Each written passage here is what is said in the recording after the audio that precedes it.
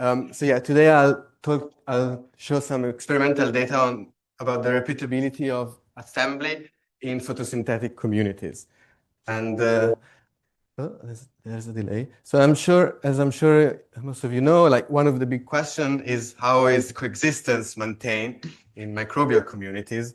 And we can look at nature and we see many examples of these very diverse communities that seemingly defy the principle of competitive exclusions. And in nature, there's many things that are fluctuating. So as some of you might argue, perhaps like these fluctuations are causing these temporal niches, and that might explain their diversity. This is probably true, but even if we but that's not the only explanation, because even if we take a step back and we go to the laboratory where we can keep things fixed, we still see many examples of very diverse communities. And this is kind of exemplified by a previous study we did in our lab, where we are interested in photosynthetic communities of cyanobacteria with spatial structures. And we study them by taking some inocula from our source, and we do this enrichment in the lab under constant condition with no carbon source and under dark and light conditions. And basically after years of these growth dilution passages, we kind of came up with this community where there's one cyanobacterium that kind of stays around the outer layer of these granules, and then 16 other members of this community. And then we can freeze these communities in the -80, and basically every time we revive it, we always get the same community growing. And we characterize some of these interactions in the lab, but this led us to this study, which led us to wonder, okay, so how reproducible this process is. So what happens if we go back to the original source, and then we take this source again and we enrich it in the same conditions? Are we going to get the same communities again? And this leads me to the question again. So yeah, are we going to get the same communities when we do these repeated enrichments? And there's, of course, many other studies. Some of them are made by people here, actually. And where they show that, in heterotrophic communities, there seems to be this convergence happening. And this convergence does seem to kind of break down at certain taxonomic runs. So in our case, we wonder if that's still true in our photosynthetic communities with spatial structure, and why do we get this breakage of this convergence? And then if we see these similar communities, at what levels are we talking about, how similar they are? So we need to think about the cell, or maybe can we also leverage advances in metagenomics to see whether communities are also similar in terms of their function? And then can we, using these some defined perturbation experiments, can we start to detangle what are the factors that, at least in the laboratory conditions, are driving the community assembly? So to do this, as I said, we kind of went back to our original source, and we are in a reservoir, fresh water, next to our university. And then we basically take some water surface samples, and we filter them. And to start simple, we just look at the bacteria. So we basically retain everything between 0.2 and 200 micrometers. And then we kind of sequence what remains. And these I will refer to later as these source samples. And then using this filtrate, we kind of set up these replicate-independent flasks under no organic carbon and these dark light cycles in a cyanobacteria-specific medium. And actually, Mary and Sarah did all this culture, or culturomics, like Wenning was saying. And then, essentially, we just do a lot of metagenomic sequencing and analysis. So perhaps just for the non-expert, allow me to just briefly mention a bit of the methodology, because essentially, what we obtain from the sequencing is these reads, which are these tiny fragments of DNA, but are not really informative. So then we need to assemble them into bigger chunks called contigs, that though are still kind of mixed between different species. And so then we need to do this binning process to understand which pieces of DNA belong to which species. And this kind of process is kind of complex, and we use sequence properties. And as you can imagine, there's a bit of a trade-off between having fully complete genomes that are nice because we can see their functions, but we are paying at the cost of like looking at things that are very abundant and assemble well. And then if instead we just look at like 16S RNA or just specific markers, then we can see more diversity, but at the expense of noise. So in a way, we try to like make the most of both worlds using metagenomic pipelines that we developed in the lab or some collaborators, and we try to basically capture both at the level of single phylogenetic markers and full metagenomes, and then we can see like different markers and how they are distributed across samples. And so when we did this for our samples, just looking at this endpoints data from our enrichment after a year, we can start to look at like some classical ecological measures, for example. So what happens in terms of the structure of the community? So we can look, just simply count the number of species. And then again, here we can use different markers, the 16S RNA or different ribosomal proteins, and the absolute numbers here will change, but the patterns remain. And basically what we see is that when we move our source into our lab, we see like a significant reduction in the number of species. So we are simplifying our system. We can quantify these also with other measures, more that take into account also the relative coverage of each species. And we see that we are kind of reducing this diversity in our enrichment, so suggesting that there's more structure.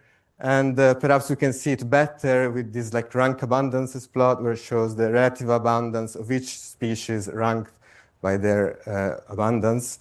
And we can see basically that like, whereas the source samples are quite even and shallow, in our enrichment we see this developing a structure whereby most, like a few taxa are dominating the community. So this, to me, suggests there's some sort of environmental filtering going on, and there's a selection for certain species and not just some drift. And so, of course, the next question is what are the species that remain? And importantly, are they going to be similar among the replicate samples? So that's when these metagenomic pipelines come in handy. Yeah. So there's a lot to unpack here, but hopefully I'll just walk you through quickly. And essentially, what we have here is like each of these is like some of our metagenomic reads or samples colored based on their group. And then from there, we extract certain phylogenetic markers. In this case, is ribosomal protein, but again, it doesn't matter which one to a certain degree. And then we can cluster the taxa based on like a phylogenetic tree of these phylogenetic markers. And hopefully you can start to appreciate how like we can start to see some similar patterns between our enrichments, and they are distinct from our source. For example, we see that in an enrichment, we start to get more cyanobacteria. We are losing a lot of actinobacteria, and we perhaps see like a shift from this gamma to the alpha proteobacteria. But the take-home message that I want to get you out from this is that basically if we group our samples based on their taxonomic composition, we see that there's our enrichment samples fall into this cluster that are very similar to each other and are quite significantly distinct from our source. We can see this better perhaps by aggregating the coverage by phylum. And hopefully you can see how similar these enrichments are. And we are essentially seeing that we are losing these actinobacteria again. We are enriching for cyanobacteria and these gamma proteobacteria. And we can also perhaps quantify how similar, different these samples are by plotting our samples into this PCA space. And hopefully you can see how like there's a clear separations between our source and an enrichment, and they're most of these phyla that we observed before are the components that are driving most of the variations. And so, as I said, you know, biologists like to categorize things, so we can do this by different taxonomic ranks and to look at more fine grain, to go to the species levels. And then when we start to do this, basically things start to be a bit more ugly. And we can see, for example, at the genus level, whereby like our source samples are quite similar to each other, our enrichment are starting to be quite different, and we are not able to separate, to distinguish them. Again, we can look at them in the PCA, and you know things don't cluster anymore. If we look at the species, even worse. And basically, it seems that like when we do this, we are losing the resolutionary power at this genus level. So we wonder a lot why that might be the case, and this is a long story short, it's a long story, but essentially what we think it's happening is that if we just look, because when we assign a taxonomy, we are relying on these reference databases and this sequence alignment. And then if we just look at the relative coverages of these sequences that we are not able to classify into a certain taxonomy, what I call these unknown taxa, you see that basically when we go down at this genus and species level, there's a lot of taxa that we are not able to give a name, and so they're not going to contribute to our resolutionary power in the PCA. And to further show this, I just show here that basically if we do this PCA again, but just by treating these sequences, these ribosomal sequences as independent, like unique entities without assigning a taxonomy, then we recover a bit of this separation and this clustering. So we think that these are our ability to classify things into fine-grained taxonomies that is losing us, but the taxonomic signal is still there. But as you can appreciate already here, our enrichment start to already be a bit more separated as well. And what I've talked about so far is still who is in the community. But arguably, evolution acts at the level of the functions rather than who is there. So perhaps what we ought to think about is more, rather than who is there, what is being done there. And we want to quantify the functions that are present in our metagenomes and see if those are similar. And yeah, there's this nice sentence that I like that exemplifies it, that it really doesn't matter. What matters is the song, not who sings it. And as we heard before, these communities are just electron routing systems that harvest energy by coupling the oxidation of a donor with the reduction of an acceptor. And these ideas are nothing new. There's many papers, many of them from people from here that talk about this. But perhaps what is novel here is the analysis on how can we quantify this functional assembly, especially in these complex metagenomic enrichment samples. So again, just briefly, I just quickly tell you that basically what we're doing here is, again, we get these reads, which we assemble them into contigs, and usually then you put them into these metagenomically assembled genomes, and you assign functions on those.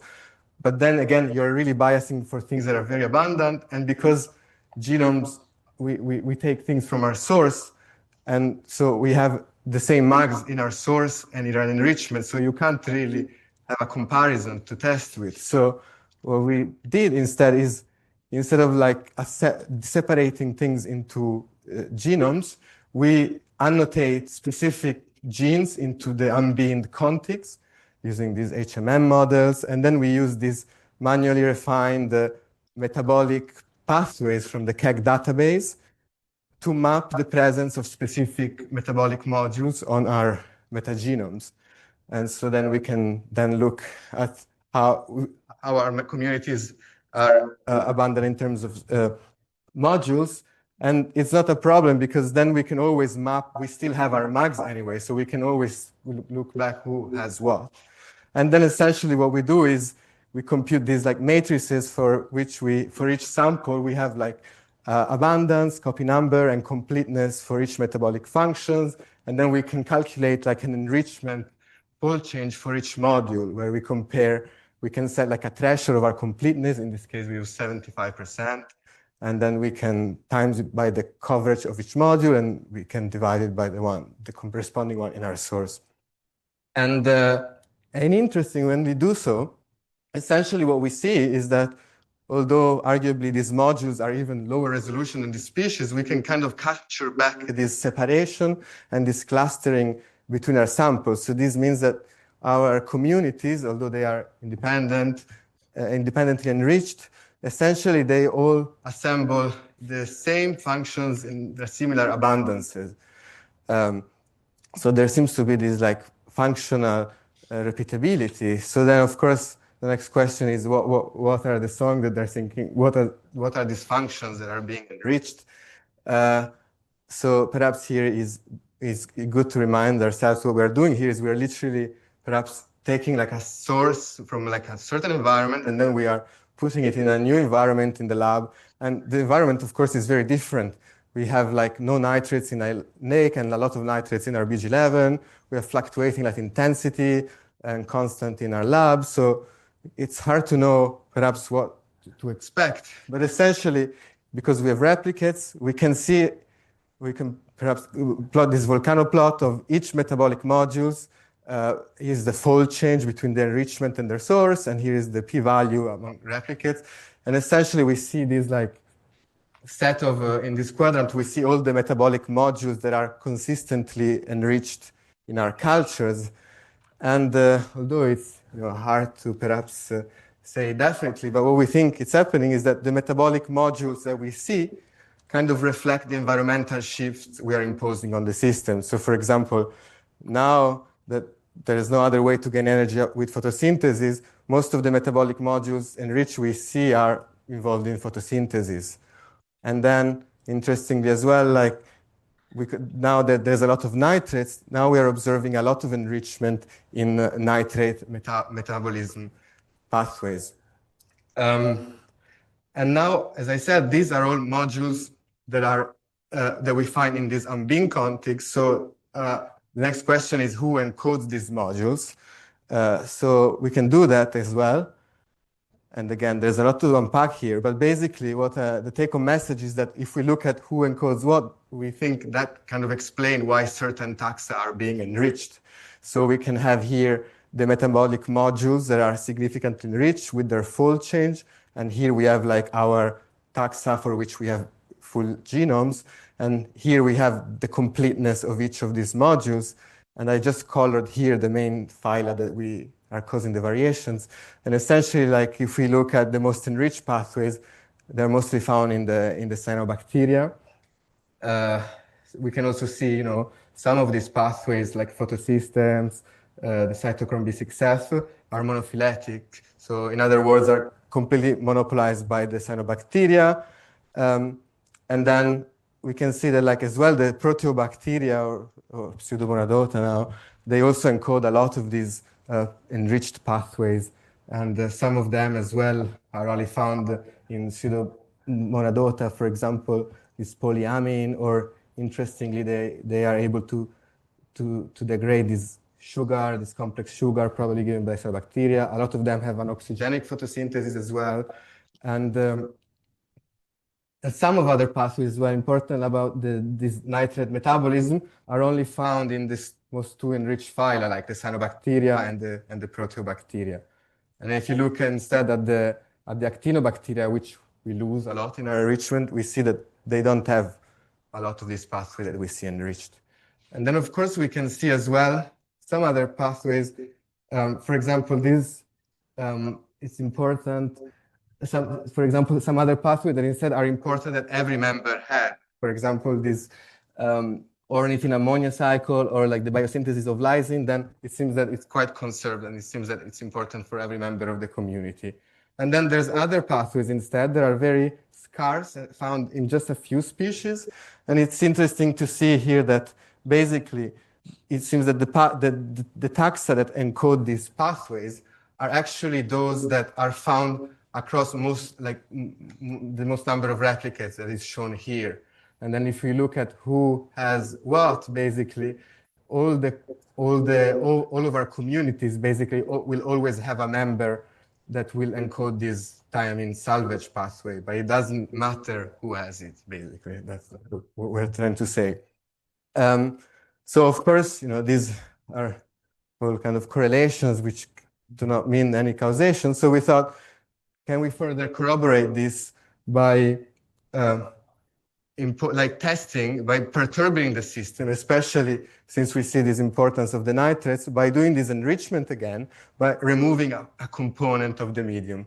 So, and then essentially, because we saw this predictable kind of shift between environment and the metabolic pathways, if we impose another specific shift, are we going to see another predictable shift in the metabolism? And so we did this BG11 standard with vitamin again.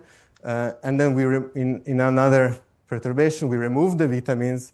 And we already knew before that other members of the community are able to provide the vitamins. So we thought that's not going to make a big difference. And then we saw instead that the nitrate is very important. So we thought, okay, let's remove the nitrates and see what happens. So then again, we can see, do some classical ecological measures as well. And interestingly, we see that removing nitrates seem to cause like a slight increase in the number of species and then a more even community. So perhaps the removal of nitrates create like a new niche that other bacteria can fill. But importantly, when we look at this taxonomic composition between our samples, we see that whereas the vitamins and no vitamins, they do cluster in this specific cluster, but they're quite similar to each other. It seems that the removal of nitrate has a dramatic shift in the taxonomic composition, and we see this like cluster of bacteria that are mostly found in the nitrates condition. And interestingly, one of them is a cyanobacterium that is able to nitrogen fixation. And again, interestingly, we can look at this function in their functional space, and it seems that again, between vitamins and no vitamins, we are not able to discriminate between them. The removal of nitrates cause like a reproducible set of functions that are being enriched, and they're very distinct from each other. And then again, we can know which function are there. And just a reminder, now we are removing nitrates. So the only way to have available nitrogen is by nitrogen fixation. And then when we do that, of course, we see that the nitrogen fixation is one of the most important enriched pathway. We have the pentose phosphate pathway, which is enriched, which makes an EDPH, which is important for nitrogen. And also we see other pathways enriched that perhaps we didn't think about it, but retrospectively makes sense. And oxygen inhibits this reaction. So we see a lot of like fermentation pathways being enriched. And then also we see like physiological differences, and we see like an increase in like, these carotenoids biosynthesis, which are important for detoxification of ROS. So this brings me to my conclusions, lads. I see Orkun standing up.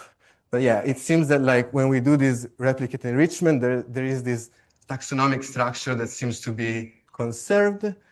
And of course, we lose this resolution power at lower ranks, but the taxonomic signal is still there, and it's possibly due to our inability to classify things, but maybe also some true microdiversity. And yes, we see that like there is this highly functional repeatability that the communities converge to, and in our standard BG11, the nitrates is very important. We think it's something to do with availability of electron acceptors in the night, and it's similar to other studies. And then we think that, yeah, basically like in our stable environmental laboratory condition, our this environmental filtering, environment and metabolic constraints cause the communities to converge into kind of some stable functional attractors. So of course, this is simplified laboratory ecosystems, but it already could be useful because perhaps we can start to leverage some AI models to learn this mapping between environment and functional attractors. I would also, nice to hear Akshay talk, because I would also like to develop some models to infer, to model our ecosystems using these redox constraint models. And then we have all these cultures sitting there in the lab that I would like to measure their fluxes and things. So with this, I'll conclude by thanking all the people that worked on this project, all the funders that enabled me to be here, and you for listening.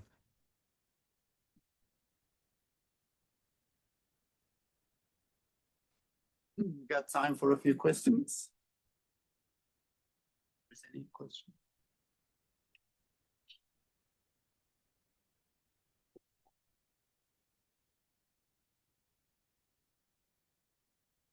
Yeah, one question. Maybe I can ask a question just out of this. So you are basically saying that if we have the pathways, we can predict the activity of the community, mostly. Right? I give you the pathways. These are the available pathways in your enrichment. You will be able to tell me what your enrichment will do. I guess I would say that like if I know like what is in the metabolic potential at the source, if you do it again and again in the same environment, you will always find this set of pathways that consistently are enriched. But these pathways are not like, some of them make sense, but some of them are not necessarily obvious. But the important thing is that there's the same environmental condition will always lead to the same functional. So exactly, so I can go in reverse, right? If I give you the pathways and the environmental conditions, you will predict what they are doing or not. I guess, like, I don't know if I could be able to do it in my, we don't know much about, like, all these biochemical pathways are also annotated and things, but one thing. That's why I think the AI, maybe if you have enough money to do these experiments again in different media, then you can do that, I think. Another little question. So you showed that the enrichments were very different, but you say the functionality is the same, but did you feel that they were different in some aspect or not? It doesn't matter who is there. Well, also, like, the enrichment were kind of similar as well in their taxonomic composition. It's just this similarity gets lost at these fine resolutions if we think in taxonomy. But then if you go back and you look at the functions, then you can regain this similarity. One more question. Yeah, you talked about how these communities are structured, but then when you do the perturbation, like if I remove vitamin or if I remove nitrogen or something, do you find that like the structure changes, like the distribution of like granule size or something? Is that? Or like this physical structures. Yeah. Because I assume that if you have these sort of different taxonomical things that are being enriched for, like these different functions, then maybe that would actually affect the physical structure that's being. So the short answer is that, we haven't looked at this systematically, but especially the removal of nitrates, yes, it leads to these like kind of browner and more like clumpy structures. Whereas like in the normal conditions, they are kind of more, of course, sometimes it's different. Sometimes they're more planktonic, sometimes, but the removal of nitrates instead makes them all more clumpy. And we think again it's to do with the fact that there cannot be oxygen to fix nitrates. The next speaker gets set up. We can maybe take another question while that happens. Ben? Yeah, this is maybe a bit left field, but how much do you think the source matters? Because I think you're talking about like distribution of biodiversity. Like, could you take a sample of soil, put it into your culture medium? Is there enough like low abundance biodiversity in there to create? Or the ocean? Yeah, I guess this brings back the question of like, everything is everywhere. Exactly what I'm thinking. Yeah. But so I don't know. Actually, there has been other papers where they do similar studies of looking at different sources, and it seems that like they do actually converge, but the initial state of the source might cause some tipping points in the. So, but they haven't looked at the functionality. So perhaps if you look at the function instead, you can see that at the end of the day, it doesn't matter the sources. And we actually have other sources as well that we are currently analyzing. So we'll get back to you. All right, let's thank Alberto again.